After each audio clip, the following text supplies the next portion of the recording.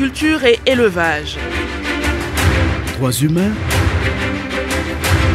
Cohésion sociale, corruption, sécurité, devoir de rédevabilité. Mesdames et messieurs, bonsoir et merci d'être au rendez-vous. Plus de 4 Burkinabés sur 10 défèquent encore à l'air libre. En milieu rural, près de 8 personnes sur 10 n'ont aucun accès à des latrines améliorées. Selon plusieurs études, le taux d'accès à l'assainissement au Burkina Faso n'est pas reluisant. Même dans certaines écoles ou administrations, les toilettes sont inexistantes ou inutilisables. Et dans certains centres de santé, il n'est pas rare de voir des sanitaires insalubres, sans eau, sans savon. Des quartiers entiers se débrouillent avec des eaux usées stagnantes, des rigoles bouchées, des latrines partagées par des dizaines de ménages ou rien du tout. Les conséquences, elles, sont connues. Diarrhée, choléra, parasitose, infection. Chaque année, des milliers d'enfants tombent malades ou meurent de maladies liées à un environnement pollué. Et pendant ce temps, les déchets humains s'accumulent dans les rues, les caniveaux ou finissent dans les nappes phréatiques. La suite, vous pouvez bien la deviner. Pourtant, le Burkina Faso a investi des plans nationaux, des projets communautaires, des partenariats internationaux. Les efforts sont là, les défis aussi. Pourquoi l'assainissement reste-t-il l'un des angles morts du développement dans notre pays? Pourquoi, malgré tant de mobilisation, la réalité sur le terrain reste si accrue, si violente? Que faire?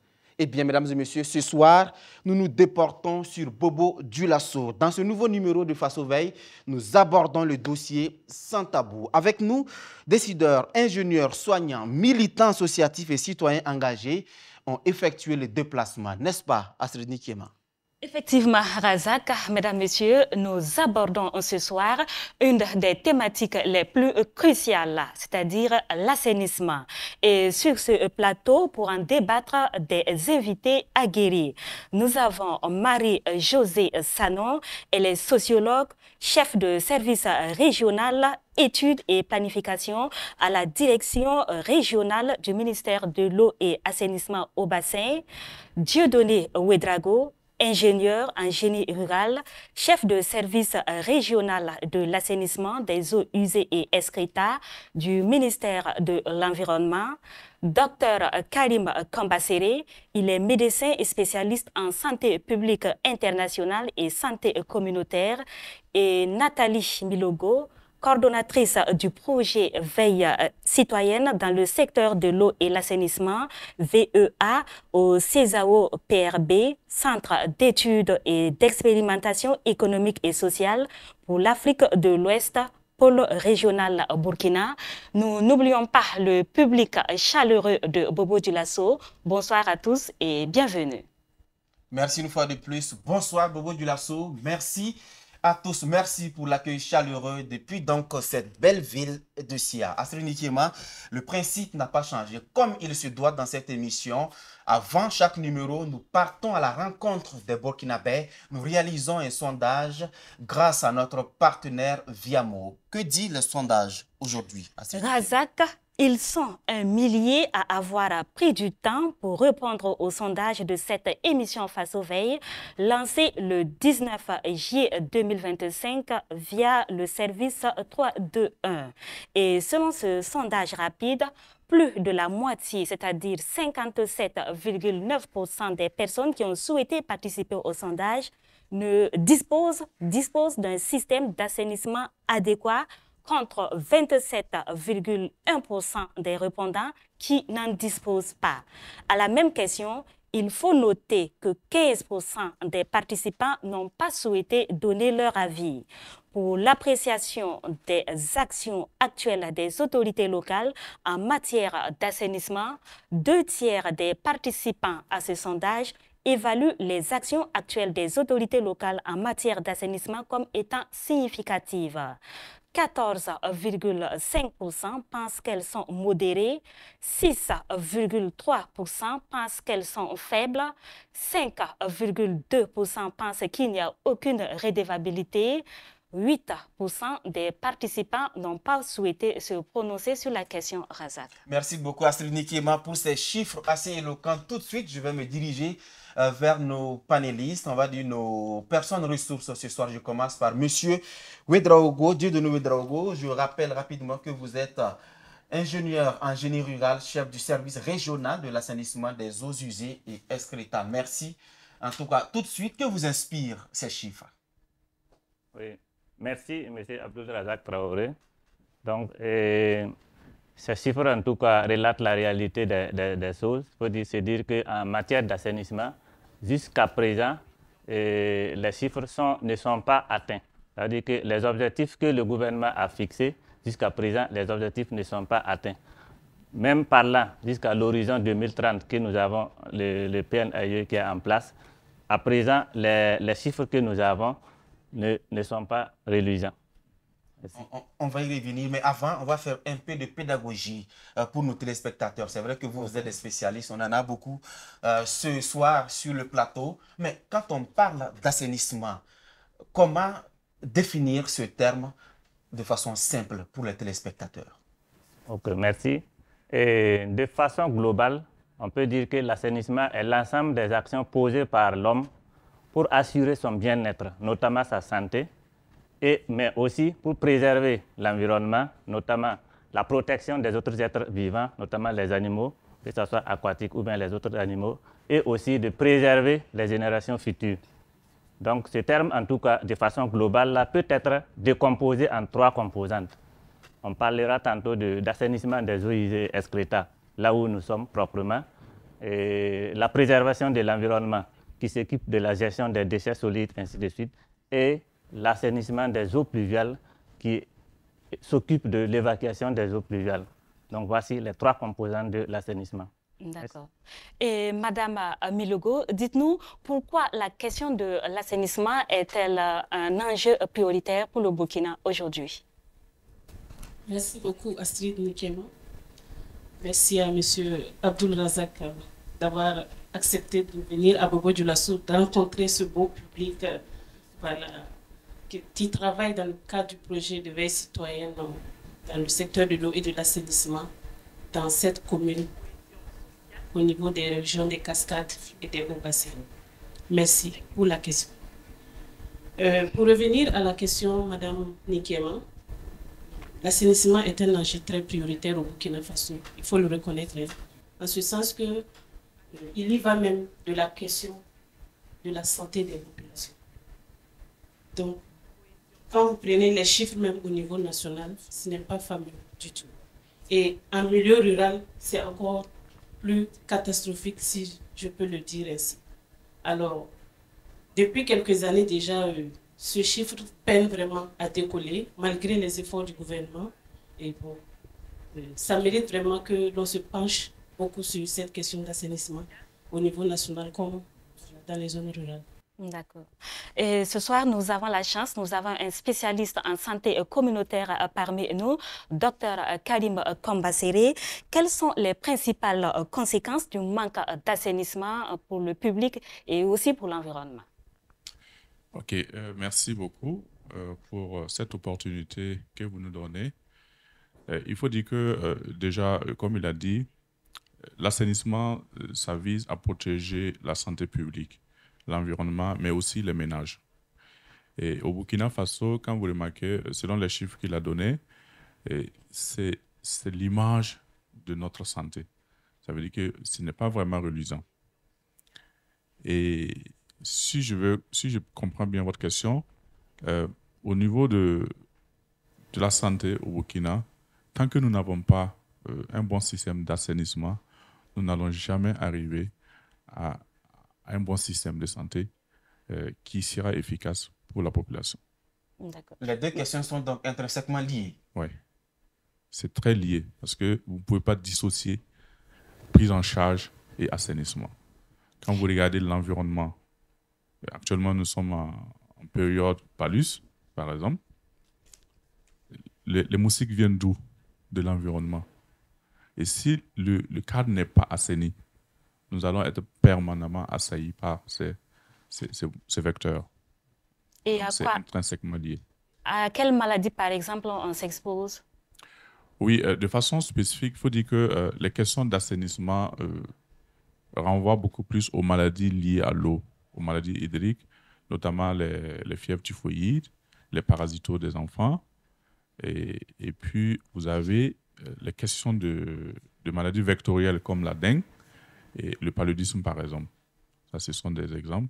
Vous avez aussi même le choléra et ainsi de suite. Tout ce qui est lié à la consommation de l'eau, à l'utilisation de l'eau par les populations, les ménages, s'intègre dans les questions d'hygiène.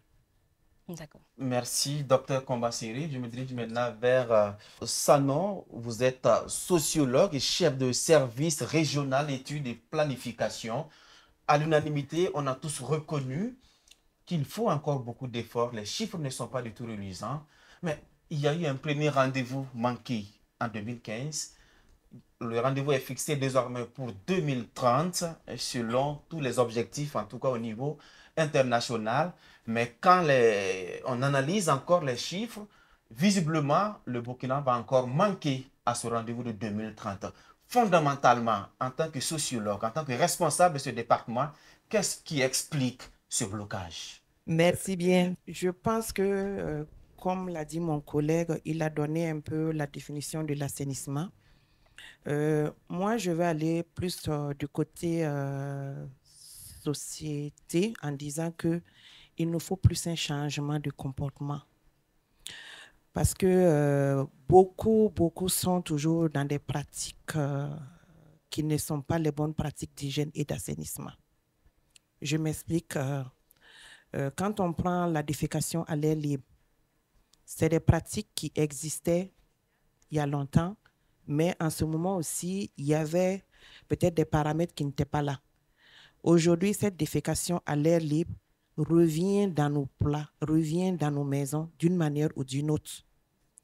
Donc, du coup, si on travaille peut-être sur le changement de comportement, on peut atteindre des résultats.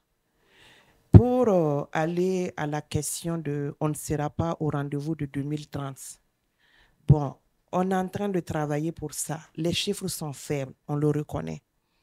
Mais on est en train de travailler sur ça. Si je prends le cas de la région des Hauts-Bassins que je maîtrise le plus, il y a des actions concertées avec des partenaires qui sont en train d'être déroulées pour vraiment rehausser le taux. Même si on n'arrive pas à avoir les 100% d'ici 2030, qu'on puisse avoir au moins 60 à 70%. Donc, avec les acteurs, et on vient de tenir notre cadre de concertation sur l'eau et l'assainissement. On a un groupe thématique. Le problème est revenu avec les différents acteurs et certains ont pris des engagements. Et si je regarde un peu cette année, on a au moins un certain nombre de villages qui sont devenus FEDAL. C'est vrai que le processus n'est pas encore fini. FEDAL, c'est quoi pour nos téléspectateurs? Fin de la défécation à l'air libre. C'est vrai que le processus n'est pas encore fini. On est sur le processus et il y a d'autres villages aussi qu'on est en train de déclencher. Donc, on travaille vraiment pour rehausser un peu le taux d'accès à l'assainissement au niveau de la région qui va sûrement impacter le niveau national. Vous semblez assez, on va dire, positive, mais la réalité est là. Toutes les approches que vous développez ce soir, madame, ont déjà été mises en œuvre depuis des décennies. Mais on a l'impression que les lignes ne bougent pas véritablement. Sur quoi est fondée peut-être votre conviction, votre, on va dire, optimisme ce soir? Avec ce qu'on vit présentement, une prise de conscience de nos communautés qui ont compris que le développement ne va pas venir de l'extérieur, mais le développement, c'est nous-mêmes ici, à l'interne. On doit travailler pour atteindre nos objectifs. Je fonde l'espoir sur ça. Parce que de plus en plus, dans les communautés, quand on part pour des activités, les gens sont conscients qu'ils doivent se mettre ensemble pour faire des actions concertées pour améliorer le taux d'accès. Merci. D'accord, merci bien, madame. Monsieur Dieudonné Ouedraogo, dites-nous, qu'en est-il l'état actuel de l'assainissement ici au Burkina Faso? À l'état actuel, qu'en est-il? Merci bien, Madame Astrid. Donc, disons que à l'étape actuelle, au Burkina Faso, au niveau national, on enregistre un taux de 23,4%. En milieu rural, je précise que s'il s'agit du milieu rural, 23,4% en 2024. Et maintenant, au niveau de la région des Hauts-Bassins, nous sommes à 29% en 2024. Il faut se dire qu'en tout cas, ces taux sont faibles, mais si on remonte depuis l'historique, en tout cas, ces taux ont évolué. Par exemple, si nous prenons au niveau national, en 2010, après l'enquête nationale, on avait un chiffre de 0,12%. Donc, et en fin 2024, nous sommes à 23,4%. Maintenant, si on revient au niveau régional, dans les Hauts-Bassins, en 2010, on était à 0,2%. Et en fin 2024, nous étions à 29%. D'accord. Donc, voici les chiffres en matière d'assainissement. En tout cas, des efforts sont consentis sur le terrain. On espère atteindre les objectifs d'ici 2030. Mais en attendant, quel est le constat sur le terrain? Madame Milogo, je rappelle, vous faites partie d'une structure de veille citoyenne. Qu'en est-il exactement sur le terrain, la situation exacte sur le terrain? Merci, Astrid. Il faut dire que le constat sur le terrain n'est pas aussi fameux, hein. Nous travaillons dans 2 régions principalement et nous avons mené en 2024 une étude de terrain concernant l'assainissement dans les 7 régions dans lesquelles nous intervenons. Et il se trouve que la majorité des institutions et services publics dans lesquels nous avons mené notre enquête ne disposent pas de blocs de latrines adéquate. Et quand bien même il y en a dans certaines institutions et lieux publics, ces latrines ne respectent pas les normes. Les normes, c'est-à-dire des latrines dotées de marches de main courante et de rampes d'accès pour les personnes handicapées. Et aussi, l'entretien aussi est très, très délaissé. Voilà. Alors, qu'en est-il des concessions? Ça, c'est dans l'administration des services publics. Est-ce que vos constats aussi se font dans les concessions, dans les ménages, dans les familles? Qu'est-ce que vous constatez dans les familles? Malheureusement, notre étude n'a pas porté sur les latrines au niveau des concessions. On s'est penché seulement au niveau administratif, donc les services et institutions et ensuite les lieux publics, comme les marchés, les gares routières, et les écoles et autres. Donc, pour les concessions, on n'a pas beaucoup d'informations là-dessus. D'accord. On va peut-être vous passer la parole à Madame Sanon. La réalité dans les ménages ressemble à quoi? Merci, Razak. Dans les ménages accompagnés par des projets et autres, il y a des latrines qui sont réalisés. Depuis le début de notre programme, on avait eu à faire des latrines finies avec clé à main. Après, on est arrivé à l'approche latrine réalisée pour les ménages familiales avec du matériel, c'est-à-dire les dalles, les tôles et puis quelquefois les portes. Et on a eu aussi une autre approche où c'était les semi-finis. Donc, on accompagne les ménages pour les doter de latrines. J'avoue que le nombre que le gouvernement ou bien les partenaires réalisent sur le terrain, c'est faible. Donc, en plus de l'accompagnement pour la réalisation de ces latrines, il y a un accompagnement ou bien un appui qu'on apporte aux communes dans la sensibilisation. Parce qu'il faut les sensibiliser pour l'utilisation des latrines, l'entretien de ces latrines et comment pérenniser ces latrines après les projets. Donc, il y a des réalisations qu'on réalise sur le terrain au profit des ménages et des familles. D'accord. Et au regard des chiffres, le moins qu'on puisse dire, c'est qu'on a encore du chemin à faire. Dites-nous, quelles sont les principales difficultés qu'on rencontre pour atteindre les objectifs d'ici 2030? Les difficultés, quelquefois même, il y a l'adhésion même de la population.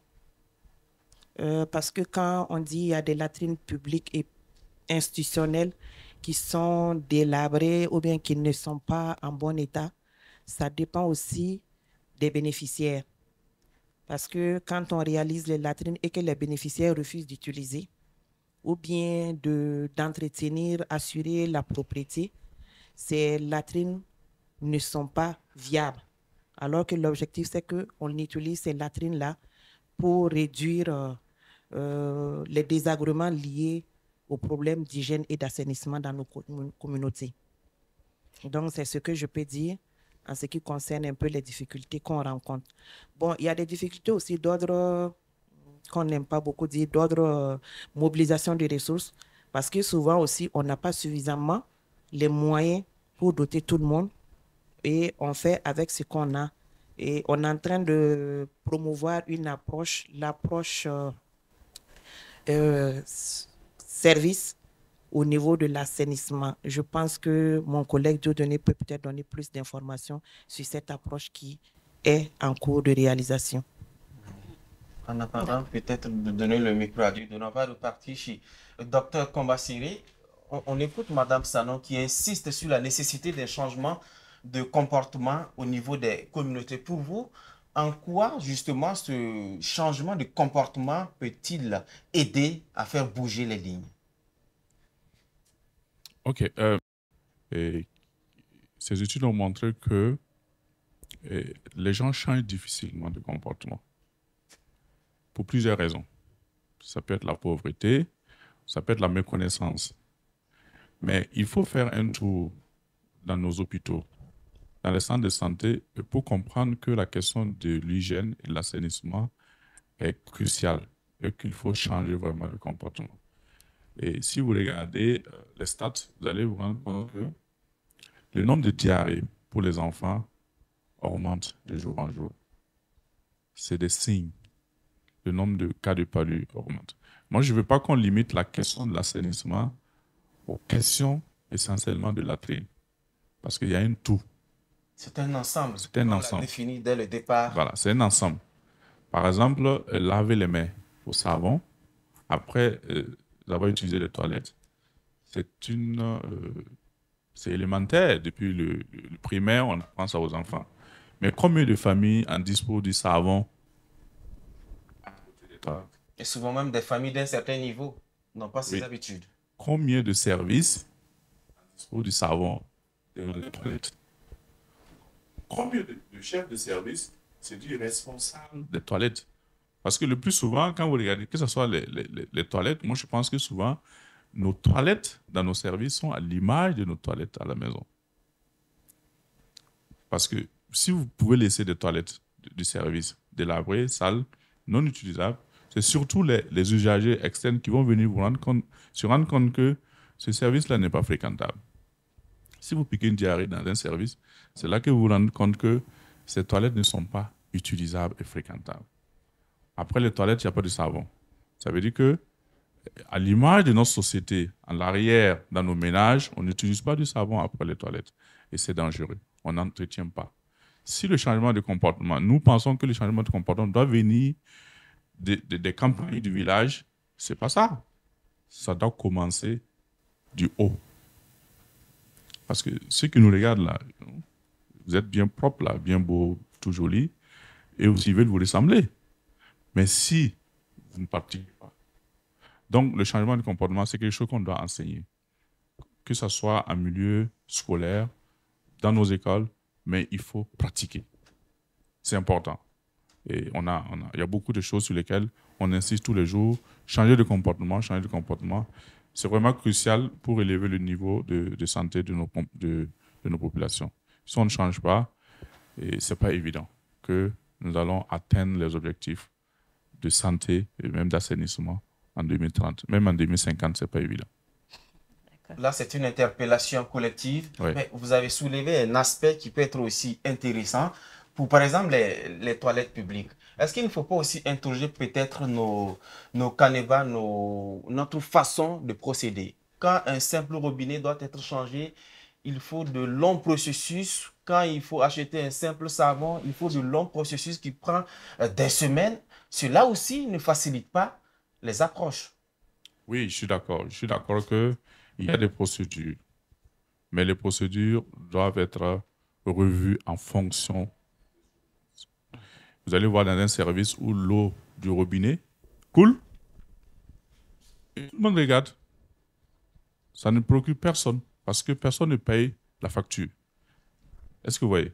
À la maison, on n'accepte pas. Même pas une goutte d'eau qui tombe, on veut changer. Alors que quand c'est au service, on laisse passer parce qu'il y a des procédures. Il faudrait qu'on revoie les procédures. Que puisse l'adapter aux besoins réels. Seulement, il ne faut pas en abuser parce que quand on laisse, aussi, il y a certains qui en abusent. Donc, il faut les cadrer. Il faut mettre vraiment les... Gestion responsable. Oui, il faut faire une gestion responsable. D'accord.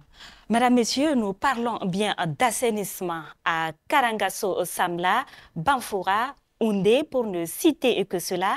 La question d'assainissement, notamment le manque ou la défaillance de latrines adéquates, constitue un réel problème de santé publique. Le constat, c'est dans ce élément. Le constat est un peu quand même amer. Au niveau donc de l'assainissement, en tout cas, la bataille est encore énorme. Parce que dans les ménages, la question donc des toilettes n'est pas une certitude.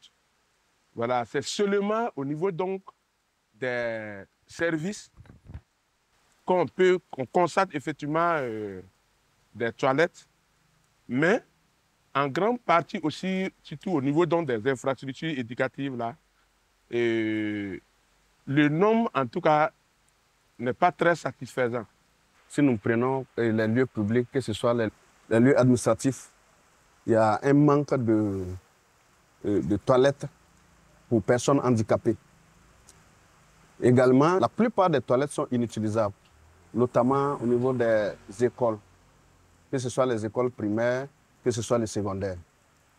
Par exemple, si nous prenons le cas du chef-lieu de la commune qui est Karangasso Samla, là-bas, on peut dire que c'est moyennement bon, puisque la plupart des cours ont des toilettes, notamment des WC, que ce soit les WC, que ce soit les toilettes simples, et la plupart des cours en disposent. Maintenant, le problème se situe au niveau des villages environnants, puisque des passages, j'allais dire que la commune de Karangasso Samla compte 16 villages. Les 15 autres villages ont un peu une situation difficile parce que toujours il existe dans la plupart des ménages qui partent faire les besoins dans l'herbe. Donc ce qui crée vraiment beaucoup de soucis. En fait, en réalité, les latrines qui sont là, l'entretien, ce n'est pas fait. Il n'y a vraiment pas d'entretien.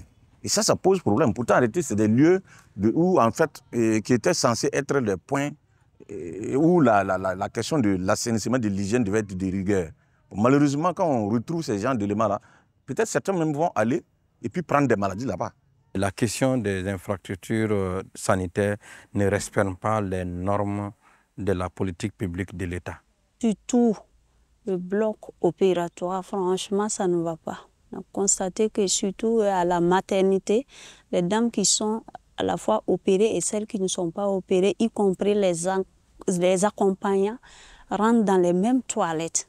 C'est vrai qu'il y a des gens pour la surveillance, mais jusque-là, ce n'est pas arrivé. Il n'y a pas un point d'accès pour les handicapés. Pourtant, on peut dire qu'une femme qui vient d'accoucher est une handicapée. Donc souvent, pour que la personne traîne pas, pour s'arrêter même, c'est un problème. La personne est obligée de s'asseoir et puis il n'y a pas de latrine. Bon, il n'y a pas de toilettes, ce sont tous des latrines. Oh, donc vraiment, ça dérange un peu. Ça fait que même quand c'est propre et que l'homme par lui, il reste dehors, il fait ses besoins, mais toi, la femme, tu es obligée de t'asseoir. Donc ça crée des maladies. Retour sur ce plateau et là, je me dirige encore vers Dr Kombasiri. Docteur, on a tous suivi cet élément qui vient de passer. Il y a une problématique qui revient par moment. Est-ce que les hommes et les femmes doivent-ils utiliser les mêmes toilettes? Ok, merci. On n'a pas de mal à utiliser les mêmes toilettes. Mais il serait idéalement de séparer, surtout dans les lieux publics. Dans les services et les lieux publics, ce serait mieux d'utiliser. Vous savez, les femmes utilisent les toilettes différemment des hommes. Et elles sont exposées à encore plus des infections. Donc, ce serait mieux qu'on puisse séparer les toilettes pour des questions voilà, sociologiques, culturelles et même des questions de sécurité. Ça serait intéressant. Merci beaucoup, Dr Kombasiri. Madame Milogo, on va revenir à vous. Concrètement, sur le terrain, en quoi consiste votre activité, vos séances de sensibilisation? Que faites-vous concrètement? Merci. Il faut dire que le projet VEA passe par beaucoup d'actions pour sensibiliser les citoyens. Étant donné que nous travaillons avec des associations au niveau local dans notre zone d'intervention, donc nous passons par ces associations-là pour sensibiliser les citoyens à la base sur l'hygiène. Ensuite, nous organisons aussi des émissions radio. Voilà, nous faisons des émissions radiophoniques pour informer l'opinion publique, les citoyens, voilà, du constat que nous faisons sur le terrain voilà, lors de nos enquêtes.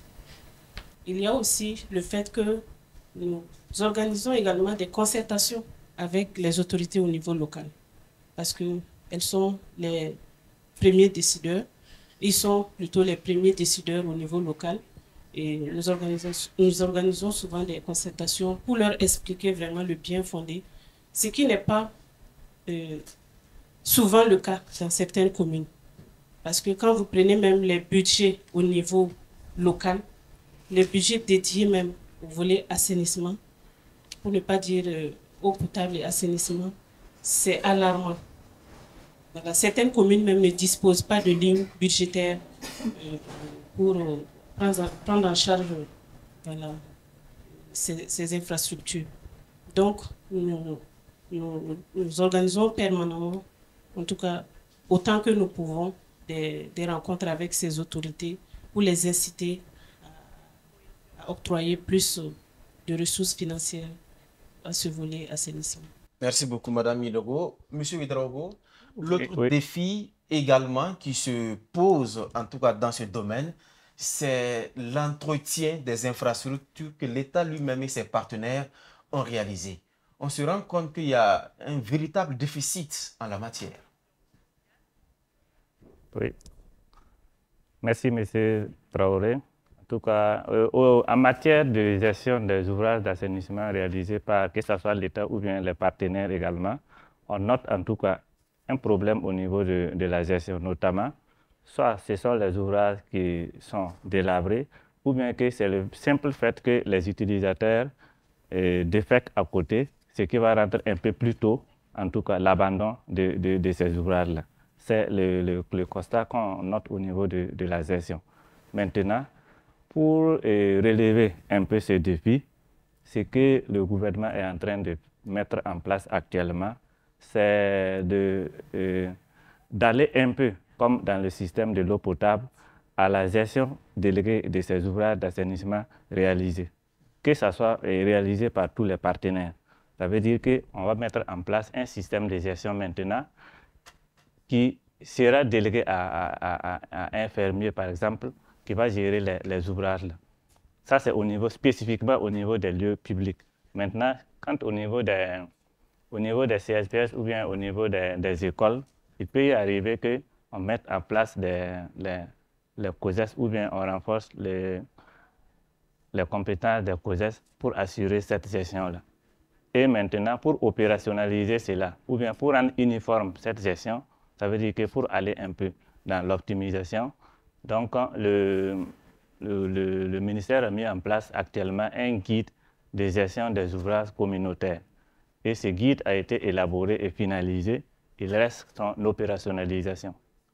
Et selon ce guide, à qui incombe la responsabilité des choses? Parce que par moment, il n'y a pas de caniveau, par moment, ils sont là, mais ils sont bouchés. À quel niveau les responsabilités sont situées?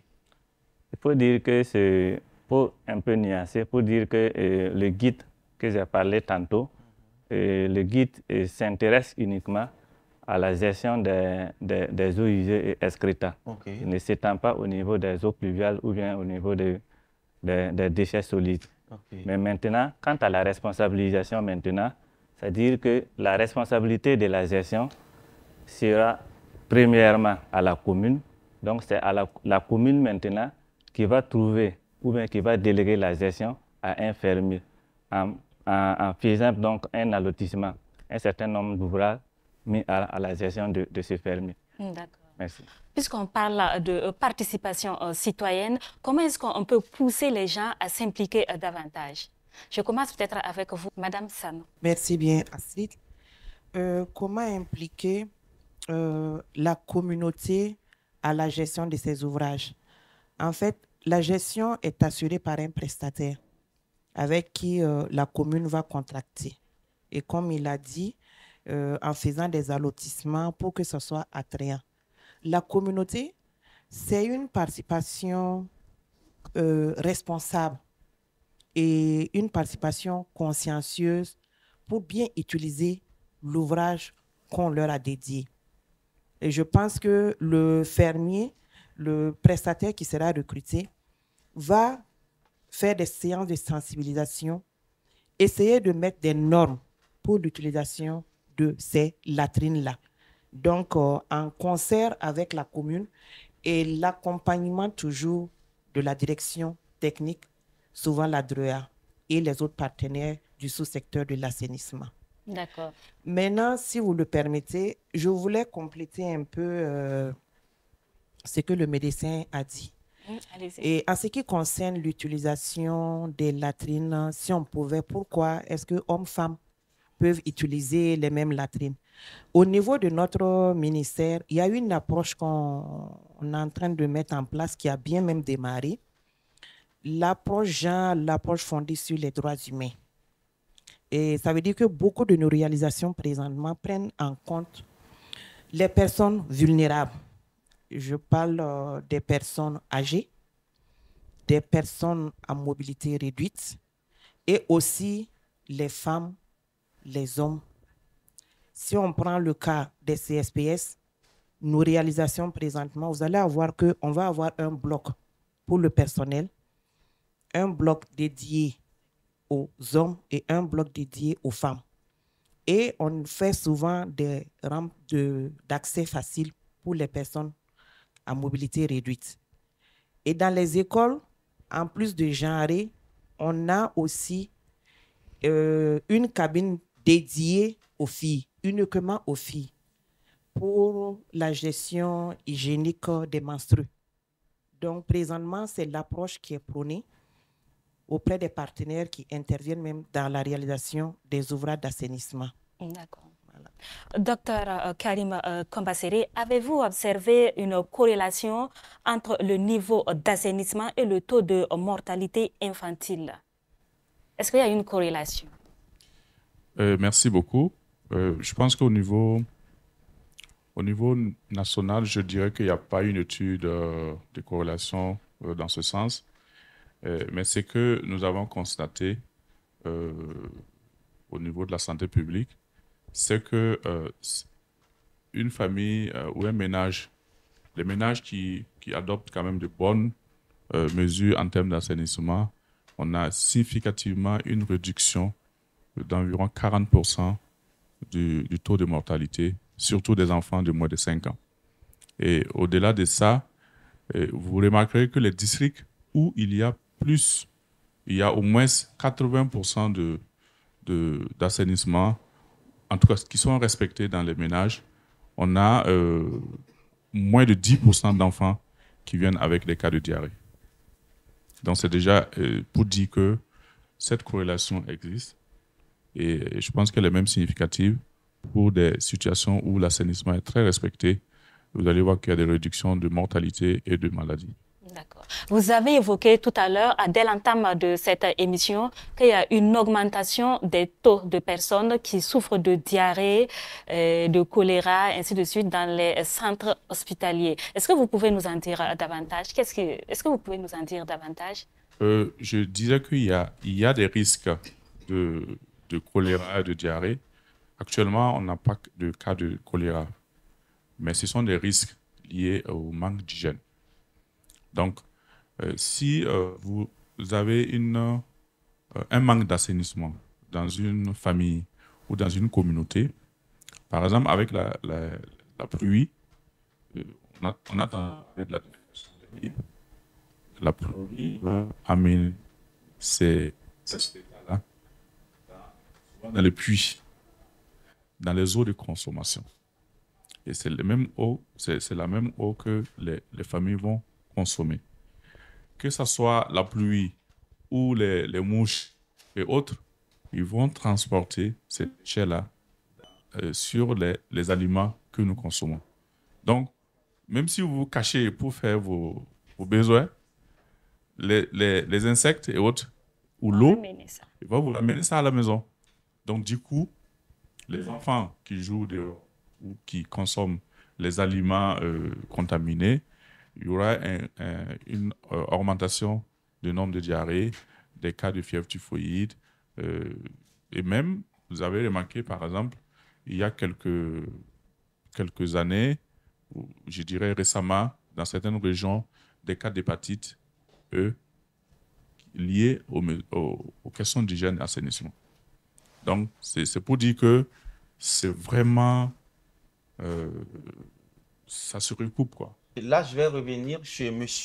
Ouédraogo. Il y a aussi cet autre phénomène qu'on constate. Je pense notamment au marché ou aux autres espaces publics où, en tout cas, des Burkinabés se trouvent, mais qui manquent crucialement de toilettes. À ce niveau, que prévoit le gouvernement ou les autres acteurs? Oui, merci, M. Traoré. Je pense que concernant donc ces lieux publics que vous parlez, en tout cas, dans le passé, vraiment, la politique n'était pas beaucoup plus orientée dans ce niveau-là. Mais il faut se dire que présentement, en tout cas, la politique du ministère, en tout cas, tient compte de ces lieux publics-là. Et même pour aller loin, c'est-à-dire que les ouvrages qu'on réalise dans ces lieux publics-là suivent également l'approche fondée sur les droits humains, tantôt parlé par Mme Sanola. Sinon, actuellement, en tout cas, même au niveau régional ici, en tout cas, nous sommes en train de réaliser des ouvrages dans les lieux publics, notamment, je peux citer entre autres, au niveau des marchés. Il y a au niveau des marchés, il y a également au niveau même au niveau des églises et les lieux de culte. Si je prenais par exemple la ville de Bobo ici, je pense qu'on en a en 2025, nous en avons fait au niveau du marché de Kwakwale, nous en avons fait au niveau du marché de Tapoko, au niveau du marché du secteur 24, ainsi de suite. Et ce sont des ouvrages qui tiennent compte de l'aspect genre, c'est-à-dire qu'on réalise un bloc à part pour les femmes et un bloc à part pour les hommes, et en même temps, dans chaque bloc, on essaie de réaliser une cabine spatiale pour tenir compte des personnes à mobilité réduite, et même on met des rampes pour permettre leur accès facile. Également, oui. Puis de leur gestion, parce que c'est à ce niveau également que l'autre défi se pose. Le tout n'est pas de réaliser, mais qui doit s'assurer de son fonctionnement, qu'il ne manque pas d'eau, que les petits robinets, les petits écrous doivent être changés. Qui doit s'occuper de ce volet? Donc, je pense que ce volet, ça revient à ce que j'avais dit un peu plus haut. Donc, dans le cadre de la mise en œuvre de ces ouvrages, ce volet gestion a été pris en compte, puisque à la fin de la réalisation des ouvrages, ces ouvrages seront transférés à la commune et la commune va assurer la gestion par une délégation, notamment en recrutant un infirmier pour assurer la gestion. Pour le cas spécifique de Bobo, par exemple, si je prends le cas spécifique de Bobo, les ouvrages que nous avons réalisés en 2024-2025, nous venons juste de transférer 5 ouvrages à la mairie centrale de Bobo-Dioulasso qui va trouver infirmiers pour assurer ces gestions-là. Il faut se dire que même en matière des ouvrages au niveau des lieux publics, il y a eu même une innovation. Avant, on se contentait de réaliser des latrines en béton, comme couramment ce que vous voyez. Mais en 2025, en tout cas, nous avons fait une innovation majeure en la matière qui a consisté à réaliser des latrines publiques type conteneur dans la ville de Bobo-Dioulasso. C'est parce que s'il y a des gens qui sont ici qui en ont fait un peu le tour, on va voir, il y a une latrine au niveau de la SNC, il y a une également au niveau du stade Obi, qu'on vient de mettre en service récemment. Est-ce qu'elles sont différentes des toilettes mobiles? Il faut se dire que ça dépendra de la mobilité. C'est que les toilettes mobiles dont vous parlez, c'est les petites cabines déposées. C'est ça, parce qu'on encourage aussi par moment dans nos villes. Ah oui, elles sont différentes de ces toilettes-là. Là, il s'agissait des conteneurs de latrines publiques. Donc, le conteneur est divisé en 2 blocs. Il y a un bloc ici de 2 cabines pour les hommes et un bloc de 2 cabines ici pour les femmes. Avec dans chaque bloc, il y a une cabine qui a été aménagée spatialement pour tenir compte des personnes à mobilité réduite ainsi de suite. D'accord. Je me tourne vers vous, Madame Milogo. Selon vous, comment doit-on prendre en compte le genre dans la construction des latrines? Que fait le CESAO en ce sens? Merci. J'aime à dire que quand vous rentrez dans une concession ou une maison, si les lieux sentent bon, c'est que les toilettes sont bien entretenues. Et ça c'est vérifiable. Chacun de nous peut vérifier cela. Parce que, pourquoi je dis ça? Il y a des concessions, dès votre entrée même, quand vous franchissez même le portail de la cour, c'est des odeurs qui vous accueillent. C'est juste une anecdote pour dire que certaines concessions, dans certaines concessions, les toilettes sont tellement mal entretenues que ça n'incite pas à revenir. Alors, quant à l'implication même du genre dans ce que nous faisons au niveau du CESAO,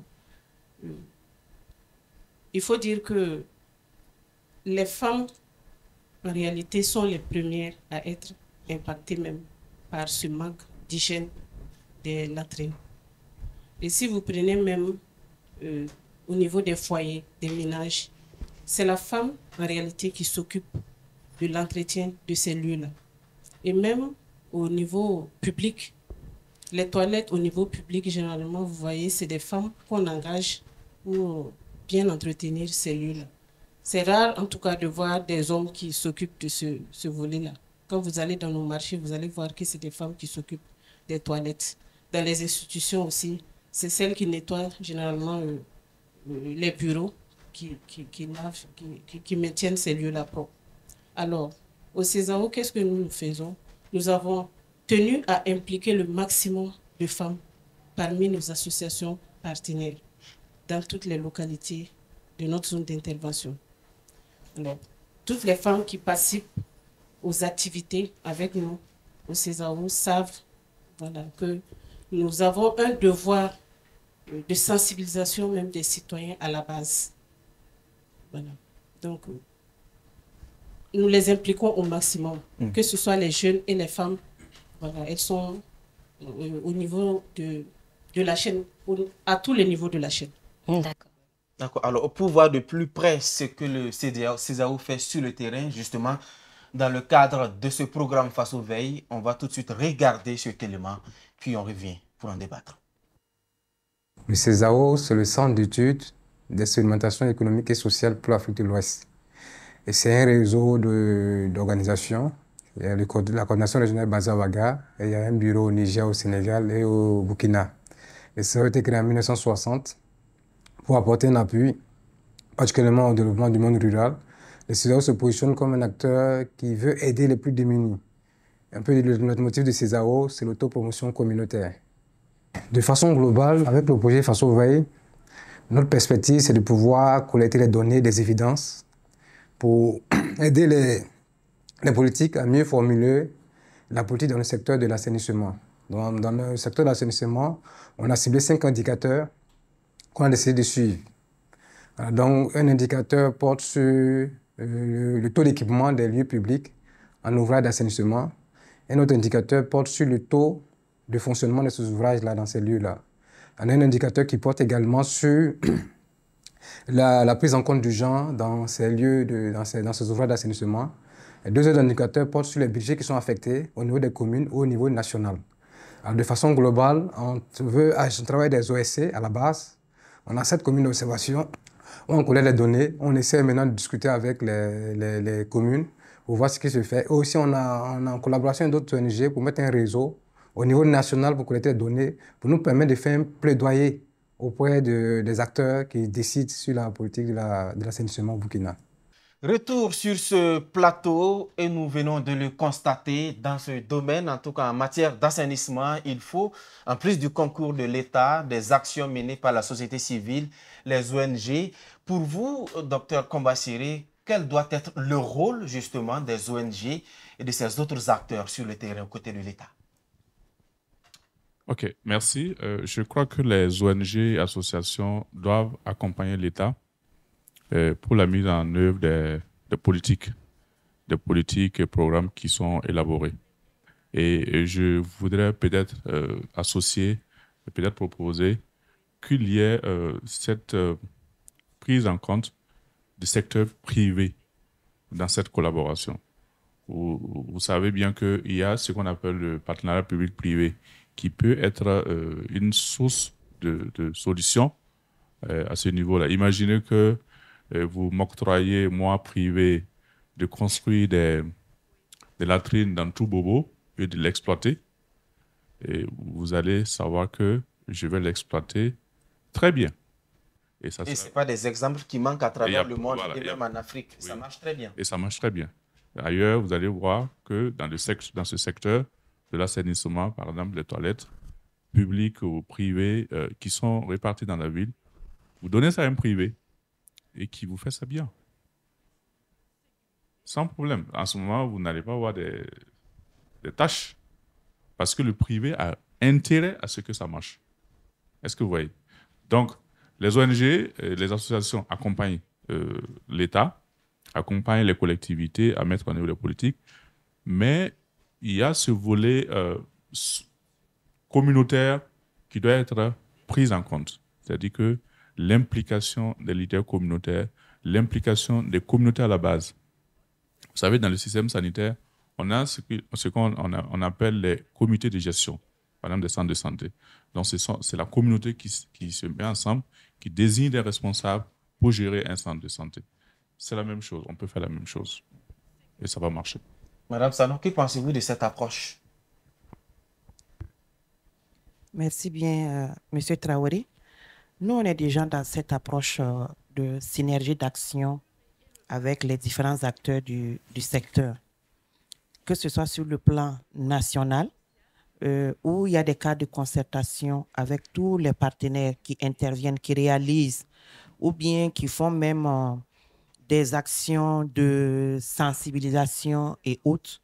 Il y a des cas de concertation sur ça. Et pendant ces cas de concertation, on essaie de voir les programmations que les partenaires vont réaliser dans le pays et au niveau régional aussi. Et on se retrouve souvent pour faire le bilan, pour voir ce qui a marché, ce qui n'a pas marché, faire des recommandations. La région vient de tenir sa 14e rencontre de concertation avec les partenaires où on a fait le bilan semestriel. Et il y a eu des recommandations pour que d'ici décembre 2025, on puisse avoir un taux de réalisation de 100% de tout ce qu'on a programmé pour les ouvrages d'assainissement. Ce que vous dites est intéressant, mais ce que Dr Kombasséré dit, il nourrit par exemple le rêve de voir qu'au Burkina Faso, qu'on confie la réalisation et la gestion, par exemple, de ces infrastructures à des privés, en partenariat public-privé, autrement. Oui, c'est pris en compte au niveau de notre plan national assainissement des eaux usées et excréta, qui se décline en 7 actions. C'est clairement dit là-bas, on fait la promotion, mais comme c'est une approche nouvelle, on est en train de prospecter. Donc, présentement, ce que M. Ouédraogo a essayé de décrire avec les latrines publiques, approche, comment on appelle, conteneur, je pense que ça va peut-être susciter les privés à s'intéresser à ce secteur-là, qui peut-être ils ne voient pas trop la nécessité ou bien l'avantage de se lancer dans cette activité. D'accord. Docteur Kambasséré, vous êtes spécialiste en santé publique et communautaire. Dites-nous, quel type d'éducation sanitaire est plus efficace? Merci beaucoup. L'éducation sanitaire qui est plus efficace, c'est l'éducation qui arrange les communautés. Ça veut dire que tant que je ne trouve pas mon bénéfice, je n'adhère pas. C'est ça. Et il faut prendre en compte les cultures des uns et des autres.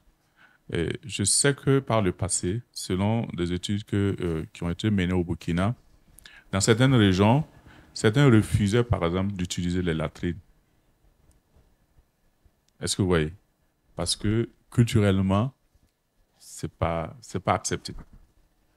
Donc, si vous ne discutez pas avec eux pour comprendre en fait ce qu'ils veulent, ils vont jamais utiliser. Et certains, une anecdote, je pense que c'est un Samo qui est rentré dans des toilettes qui étaient très propres. Il a préféré déféquer dehors que de déféquer dedans parce que c'est très propre. Voilà, bon, je pense que c'est un Samo. Voilà, donc l'approche d'éducation qui marche, c'est l'éducation qui arrange les communautés, qui prennent en compte les besoins. Donc, je pense qu'il faut aller dans ce sens. Et si vous avez une approche qui marche ailleurs, il ne faut pas imposer, il faut discuter avec eux. Je pense que sociologiquement, c'est comme ça. Et psychologiquement aussi, hein, madame. Alors, Marie-Josée Sano, comment les collectivités territoriales sont-elles impliquées dans le processus? Les collectivités territoriales, les communes, depuis le début, au niveau de la programmation, on les implique. C'est-à-dire qu'ils ont des fonds transférés. Depuis 2024, les communes, ce n'est pas toutes les communes, hein. Certaines communes de la région des Hauts-Bassins ont reçu des fonds transférés pour réaliser des ouvrages d'assainissement et aussi faire des activités de sensibilisation qu'on appelle intermédiation sociale pour le changement de comportement et surtout, comme l'a dit Dr Kambasséré, pour accepter l'utilisation de ces latrines parce que c'est très important. Effectivement, on s'est rendu compte il y a des moments, on a construit des latrines pour des ménages qui ne les ont jamais utilisées. Bon, je ne vais pas faire comme lui pour raconter des anecdotes, sinon il y en a plein. Souvent même, on va trouver qu'on préfère stocker, ça devient magasin. Magasin, on stocke les vivres et autres là-bas et on préfère aller dans la nature pour aller déféquer. Donc, pour revenir à notre question, les communes sont... Sans vous couper, on a la chance de vous avoir parce que vous êtes aussi sociologue. Est-ce qu'on a des explications sociologiques? Parce que ce que vous expliquez ou racontez, on l'entend très souvent. Est-ce que sociologiquement, la façon de réaliser nos latrines au Burkina Faso constitue un blocage pour certaines communautés ou ethnies du pays? Oui. Comme l'a dit Dr Kambasséré, ne prenons pas tout ce qui se passe ailleurs pour venir calquer. Restons nous-mêmes, consommons burkinabé. Parce que en fait, il y a des endroits ou bien des moments, on a des projets. Quand vous arrivez, la latrine est mieux construite que l'habitat. Parce qu'on construit ça en dur. Et tu vas voir, le ménage habite peut-être dans une maison en banco. Il y a un contraste. Il y a un contraste. Bon, ça fait que beaucoup rejettent, surtout quand il n'y a pas eu suffisamment de sensibilisation, d'éducation pour expliquer le bien fondé de ce changement dans leur vie, ils peuvent refuser. Et je pense que souvent, c'est ça qui nous manque. Ça peut prendre du temps. Et souvent, comme on est pris aussi par le temps, on va rapidement, on construit les latrines et on essaie maintenant de faire la sensibilisation. Donc souvent, ça pose des problèmes. Alors qu'il faut prendre le temps d'abord de leur expliquer. Et c'est ce qu'on fait à travers la TPC. Parce que la TPC se déroule en plusieurs étapes. C'est quand on a l'adhésion de la population, des bénéficiaires, qu'on passe maintenant à la phase de réalisation des latrines. C'est comme ça que ça devait se faire. Et non réaliser les latrines pour venir maintenant faire la sensibilisation pour qu'ils aillent maintenant vers les latrines. D'accord.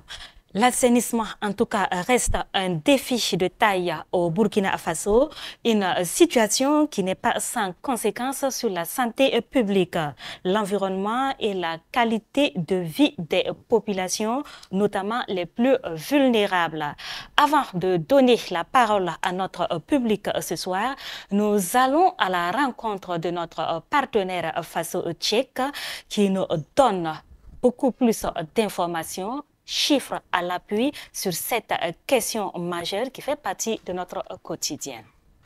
L'assainissement au Burkina Faso est un problème de santé publique avec des répercussions socio-économiques sur l'environnement et le développement humain.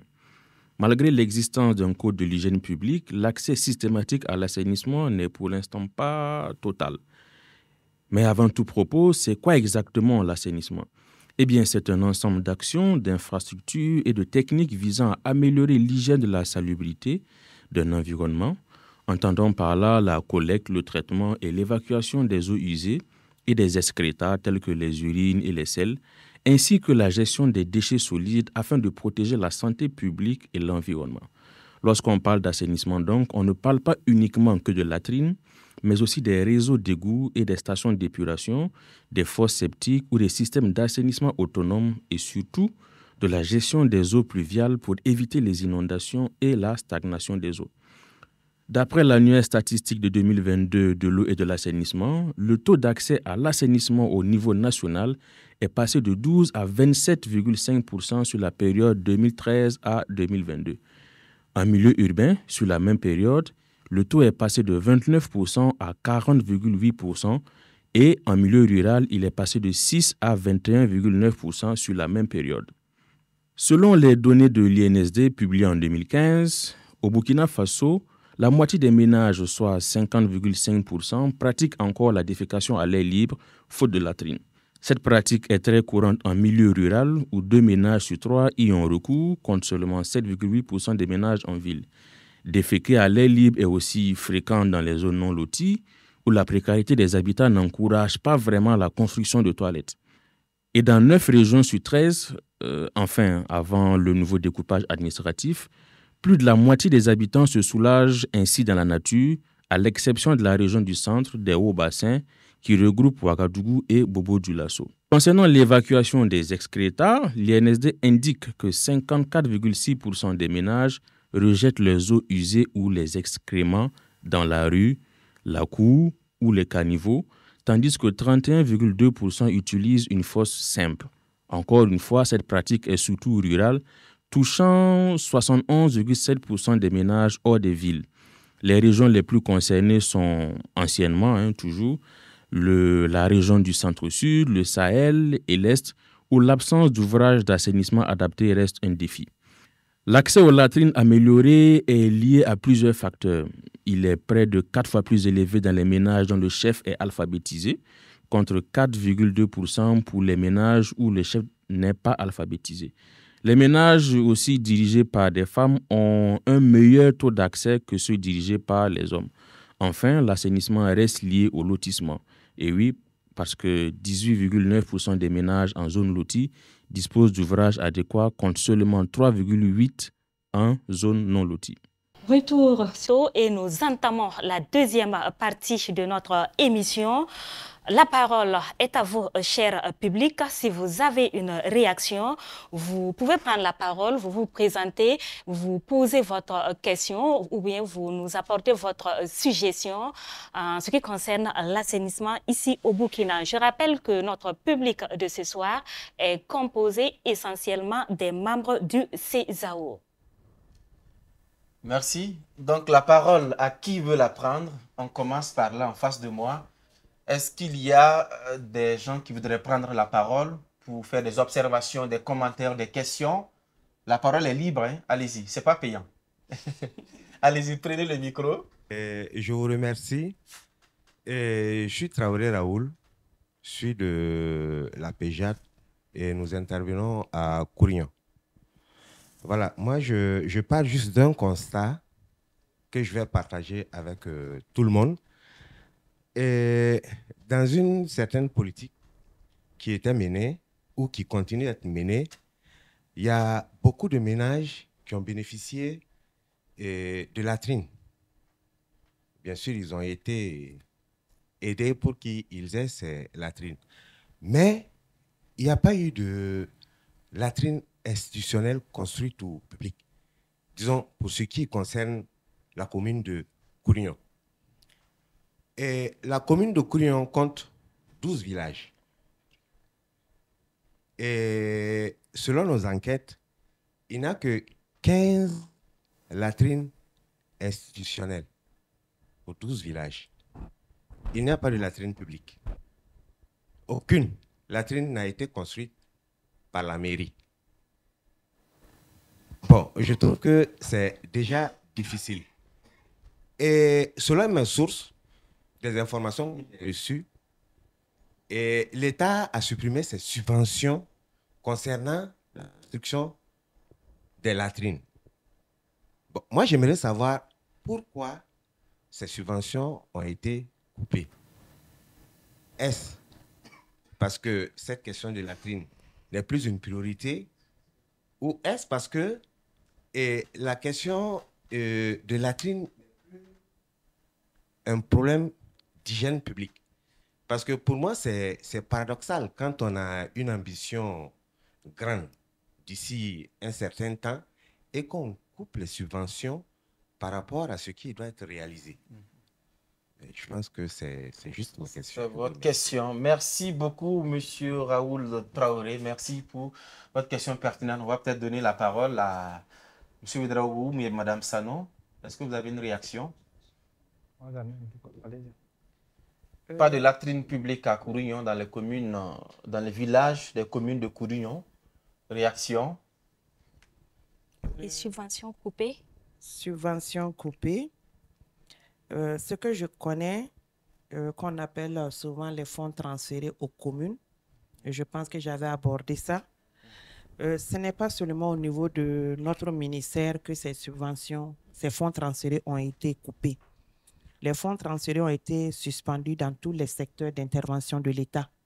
Je pense qu'il y a une explication et peut-être que les années à venir, après des consultations et autres, ça va revenir. Mais pour ce qui concerne les lieux publics, en fait, le problème peut être partagé, que ce soit au niveau de la commune, que ce soit au niveau de l'État.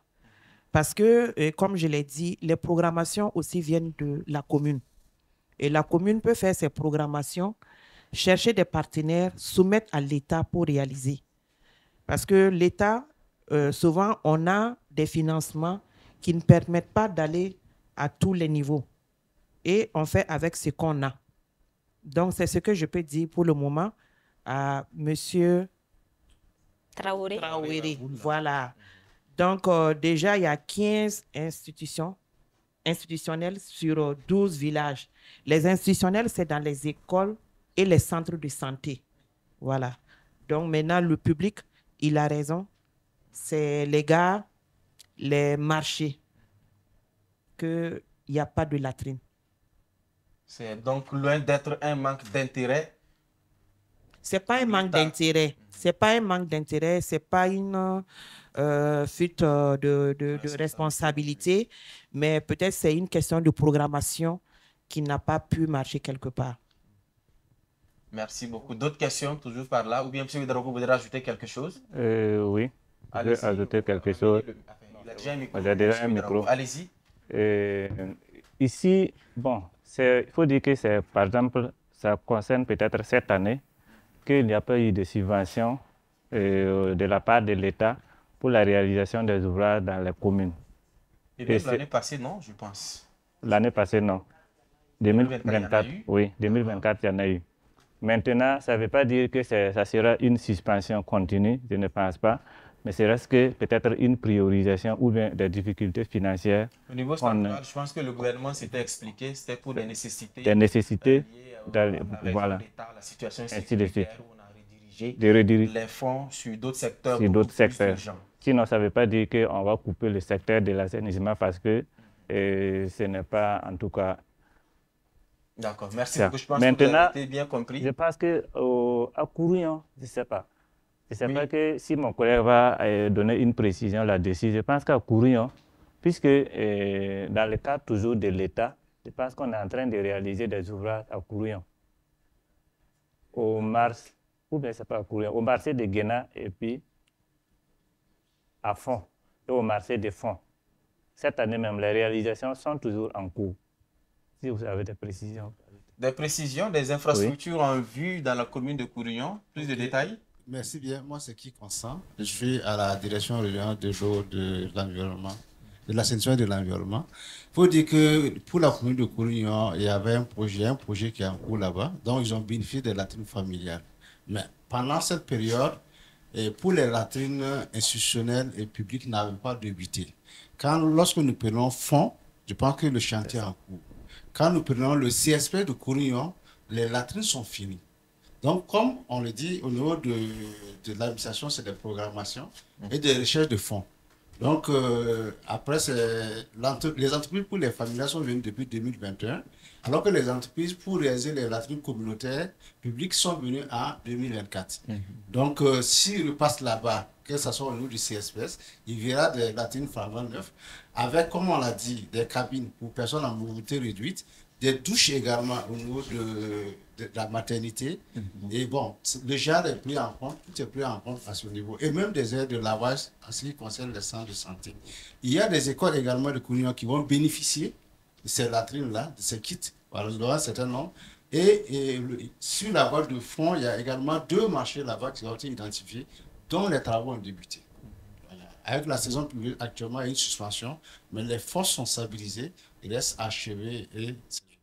C'est intéressant cette belle dynamique. Bravo aux acteurs. On va se diriger vers là. Des questions par là. Merci, vous vous présentez avant votre intervention. Je suis de l'association Jeunesse et Entrepreneuriat. Ma première question va s'adresser au docteur. Est-ce que se libérer de l'urine à l'air libre a des effets néfastes sur l'environnement et l'être humain? Et là, c'est un apport. Nous voyons un peu comment le comité de gestion fonctionne. Je prends un exemple dans la commune de Bobo. Le COGES, j'ai fait un mandat pour le COGES, on n'a jamais fait cas de la gestion des latrines. Et c'est pour dire que, en tout cas, comme la direction régionale de l'eau l'a dit, si en tout cas un cahier de charges qui instruit les COGES à pouvoir vraiment avoir un regard particulier sur la gestion de l'eau et l'assainissement dans les milieux. Et si ajouter que dans les lieux publics comme les écoles, les établissements, il faut forcément l'adhésion des bénéficiaires directs, qui sont les élèves. Il faut les impliquer dans la gestion. S'ils sont organisés à laver les latrines eux-mêmes, ils ne vont pas travailler à les saluer. Ils vont toujours travailler à les protéger. Et c'est un apport que je voulais apporter. Merci. Docteur Kombassere, est-ce que uriner ou déféquer à l'air libre a-t-il des impacts sur notre environnement? Sur l'environnement, peut-être que les environnementalistes vont revenir là-dessus, mais sur la santé, uriner à l'air libre, une fois en passant, ça peut passer comme on le dit. Mais quand c'est plusieurs fois, quand vous remarquez des endroits où les gens urinent à l'air libre, dans un endroit précis, vous voyez que c'est un endroit non vivable, non fréquentable, parce qu'il y a des odeurs et ainsi de suite. Mais pour une fois en passant, pour l'individu, je pense que sur le plan sanitaire, ça peut passer. Mais il faut vraiment choisir l'endroit pour uriner. Mais déféquer à l'air libre n'est pas très, très intéressant. Parce que les déchets que vous rejetez dans l'environnement, c'est vrai que ça peut avoir un impact sur l'environnement. Ça dépend de ce que vous laissez là-bas. Mais sur le plan sanitaire, je dirais que, comme je l'ai dit, ça peut être ramené à notre alimentation de consommation. Ce qu'on appelle les maladies oro-fécales. Oui, c'est-à-dire qu'on prend les déchets que nous laissons peuvent revenir dans la bouche à travers la main ou je sais pas. Parce que ça peut infecter l'environnement, les plantes, les cultures. Et ainsi de suite. Maintenant, quand vous regardez, par exemple, les gens, quand ils ont une certaine pathologie qui contient, par exemple, du sucre ou un certain nombre de choses, quand ils urinent, ça laisse des traces et vous allez voir qu'il y a des insectes et autres qui peuvent venir rôder autour de ça. Qui peuvent être aussi des vecteurs de transmission pour d'autres pathologies. Ce n'est pas très conseillé. Et avant l'avènement des toilettes, les gens, quand ils déféquaient à l'air libre, ils prenaient le soin de couvrir. De couvrir, pour éviter que ça se retrouve quelque part. Mais on a dépassé ce stade-là. Merci beaucoup pour vos réponses. D'autres questions par là? Kambire Memeni Chantal. Je suis la présidente de l'Organisation de la jeunesse féminine. Et mon inquiétude s'adresse à Madame Sanou.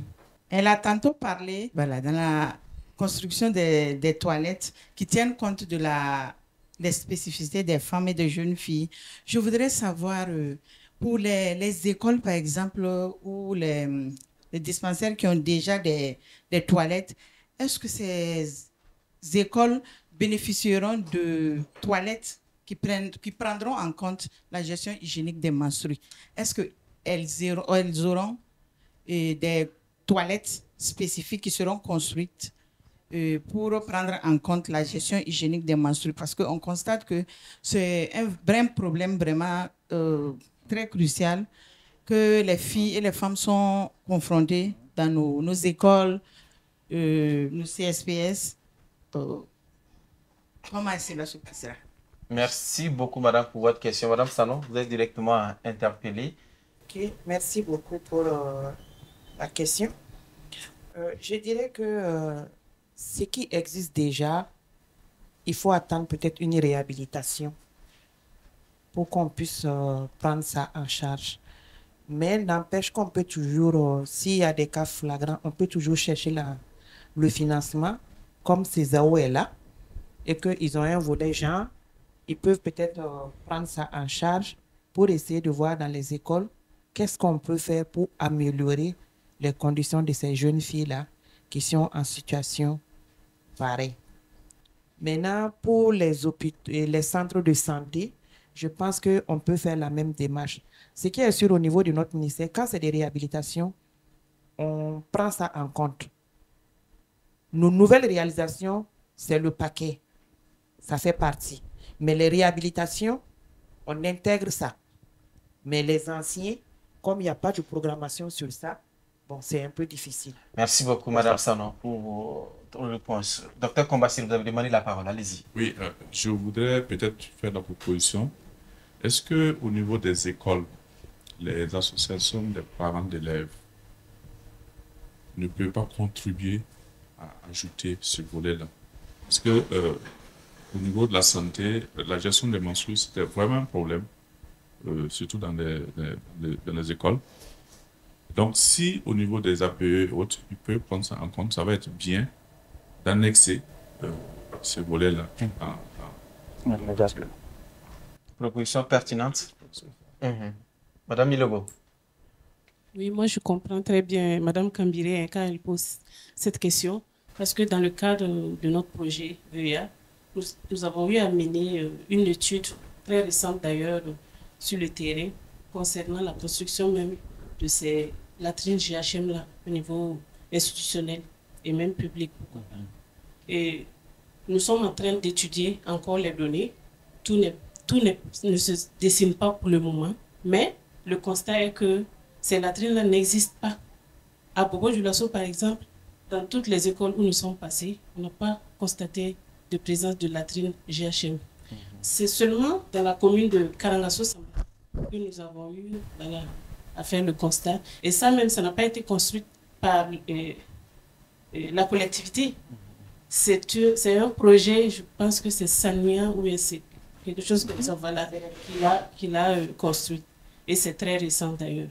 Voilà, à Banfora aussi, je pense qu'il y en a dans quelques écoles, mais bon, beaucoup d'écoles n'en possèdent pas. Alors que la problématique est tout de même cruciale, parce qu'il y a des études qui estiment que des filles ont abandonné les bancs parce que tout simplement, elles n'ont pas été dans les bonnes conditions pour gérer ces questions. Et c'est très fréquent d'ailleurs.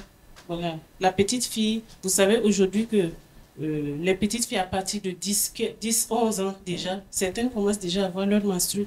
Et c'est difficile pour elles du fait de son âge déjà. Voilà. Nous autres, à notre âge, quand on était petits, c'était autour de 15-16 ans. Maintenant, c'est très précoce au niveau des petites filles. Et il faut en tenir compte dans les politiques publiques. Merci beaucoup, Madame Milogo. On vient par là maintenant. Allez-y. Merci. Moi, c'est Sommet Winsofa Mathurin Augustin.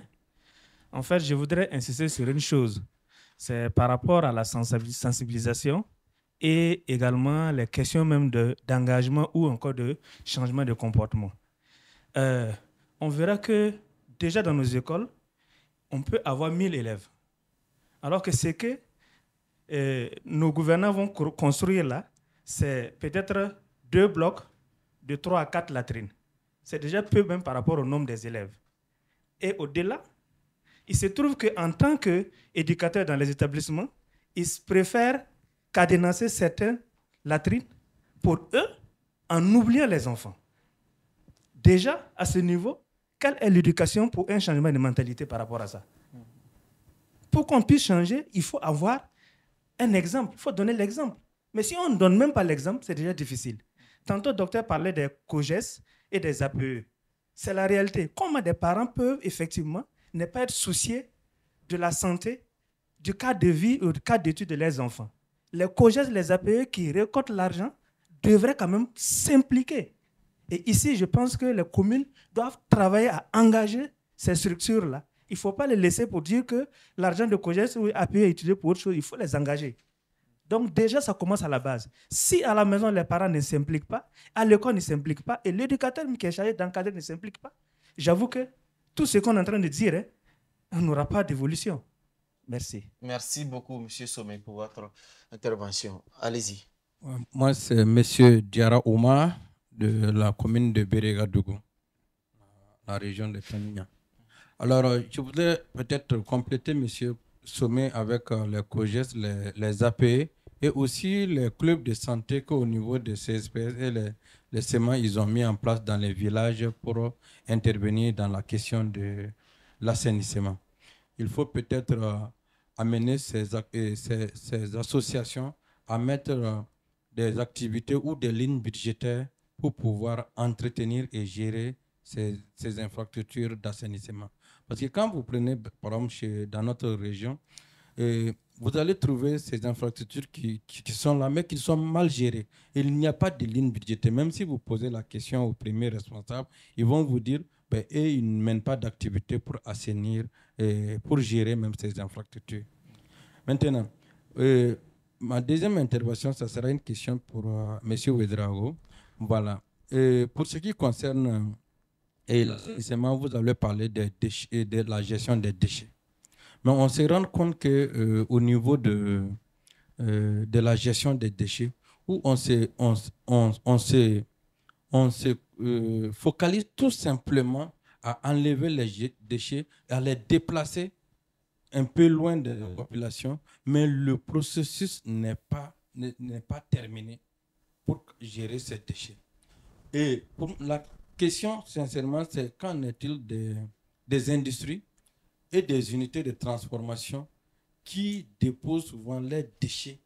Ils n'ont pas de politique ou ils n'ont pas de procédure pour gérer les déchets. La gestion des déchets. Voilà. Merci beaucoup, M. Sommet, pour votre intervention. Monsieur Diarra. Merci beaucoup. M. Ouedraogo, vous avez été interpellé. Okay. Merci beaucoup à M. Diarra. Je pense que la gestion des déchets des industries dont vous faites cas relève purement du secteur de l'ONEA, puisqu'il s'agit des industries souvent qui rejettent leurs eaux usées, peut-être dans des sites qui ne sont pas appropriés ou bien dédiés pour cela. Et en même temps, ça provoque en tout cas les conséquences en ligne sur cela. Maintenant, sur cette question, je pense que c'est l'ONEA qui gère les bouts de vidange à ce niveau. Maintenant, le problème est que, par exemple, si je prends la ville de Bobo-Dioulasso, la station de traitement des eaux usées et des bouts de vidange qui est à Dogona, la station ne peut pas regorger toutes les eaux usées qui proviennent de ces industries-là. La station, en tout cas, présentement, ne peut plus contenir tous les déchets qui proviennent de ces eaux usées-là. Maintenant, ce que le gouvernement est en train de mettre en place un dispositif pour gérer cette question, c'est en amont identifier des sites appropriés pour essayer de dépoter ces eaux usées-là en attendant de construire les stations de bout de vidange, vu que leur réalisation est très coûteuse. C'est ce qu'on a mis en place. Monsieur Drogo, le problème est que ce phénomène perdure depuis des années. Il y a très longtemps, que ce soit ici ou à Ouagadougou, que la problématique est connue. Le phénomène est là depuis des années. À un moment donné, il faut que l'État puisse assumer jusqu'au bout, peut-être. C'est ça. Merci. Je pense qu'à ce niveau, peut-être que l'État aussi, en tout cas, a pris des mesures. Disons, présentement, a pris des mesures pour aller dans ce sens-là. Notamment, nous avons le décret 1248 qui a été pris en octobre 2024, qui encadre donc la réglementation de ces eaux usées-là. Et dans ce décret, il a été en tout cas demandé aux communes d'identifier des sites de dépotage de ces bouts de vidange ou bien de ces eaux usées-là, même si ces bouts ne partiront pas directement dans les stations de traitement, en attendant que les études soient menées pour réaliser ces stations de bout de vidange-là, puisque c'est toute une chaîne qui est en là. On ne peut pas se lever pour réaliser les stations de bout de vidange uniquement. Il va falloir suivre les procédures. Et je pense que présentement, même le 25 juin, il y a eu un atelier qu'on a fait à Bobo, ici, à l'ENEP, dans ce cadre-là, pour informer les différentes communes de la région, à sa commune, d'identifier un site approprié pour ces bouts de vidange-là. Et présentement, sur la question, ce que l'État est en train de mettre en place, ce sont des sensibilisations pour que les gens là puissent aller dans ce sens-là, aller avec leurs bouts dans ces sites qui seront identifiés là. Il se dira que ça va s'en suivre désormais, puisque dans la même réglementation, dans la même loi, il est prévu des sanctions. Mais à l'étape actuelle, on est à l'identification des sites et à la sensibilisation des bénéficiaires pour amener ces bouts ou bien ces eaux usées dans ces sites-là. D'accord. On dirait que Mme Sanogo voudrait ajouter quelque chose. Et en même temps aussi, ça va rendre le métier de vidangeur, là, que ce soit mécanique ou bien mécanisé, on va rendre ça professionnel. Parce qu'en fait, on s'est rendu compte que ce métier aussi n'est pas professionnel en la matière.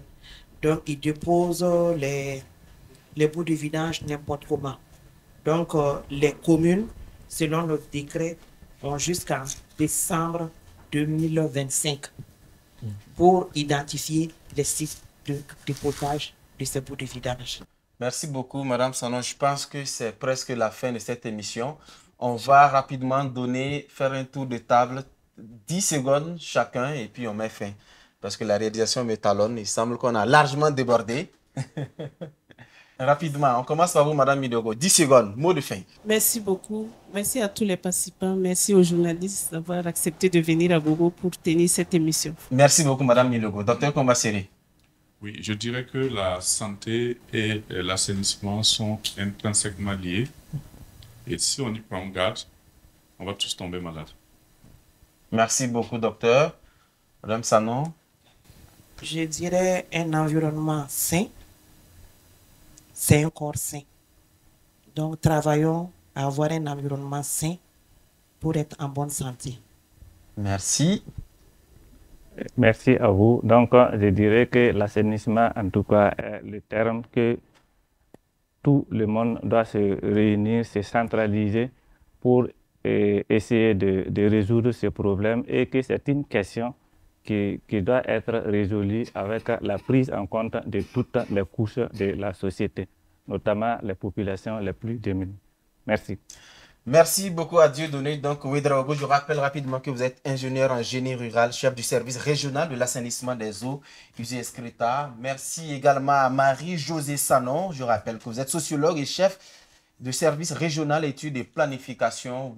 Tous les deux, vous relevez donc le ministère en charge de l'eau, de l'assainissement et de l'environnement. Merci d'être venu sur ce plateau. Merci à Dr Karim Kombasseri, médecin spécialiste en santé publique internationale. Merci pour votre éclairage. Merci à Nathalie Milogo, coordinatrice du projet Veille citoyenne dans le secteur de l'eau et de l'assainissement VA au CZAO PRB, Centre d'études et expérimentation économique et sociale pour l'Afrique de l'Ouest, pôle régional Burkina. Mesdames et messieurs, ça sera tout pour aujourd'hui. Merci à tous de nous avoir suivis. Je rappelle que cette émission est coproduite par la télévision BF1 et le studio Yafa de la Fondation Hirondelle dans le cadre donc du programme Face aux Veilles. À très bientôt pour d'autres numéros. Bonsoir. Agriculture et élevage. Droits humains. Cohésion sociale. Corruption. Sécurité. Devoir de rédevabilité.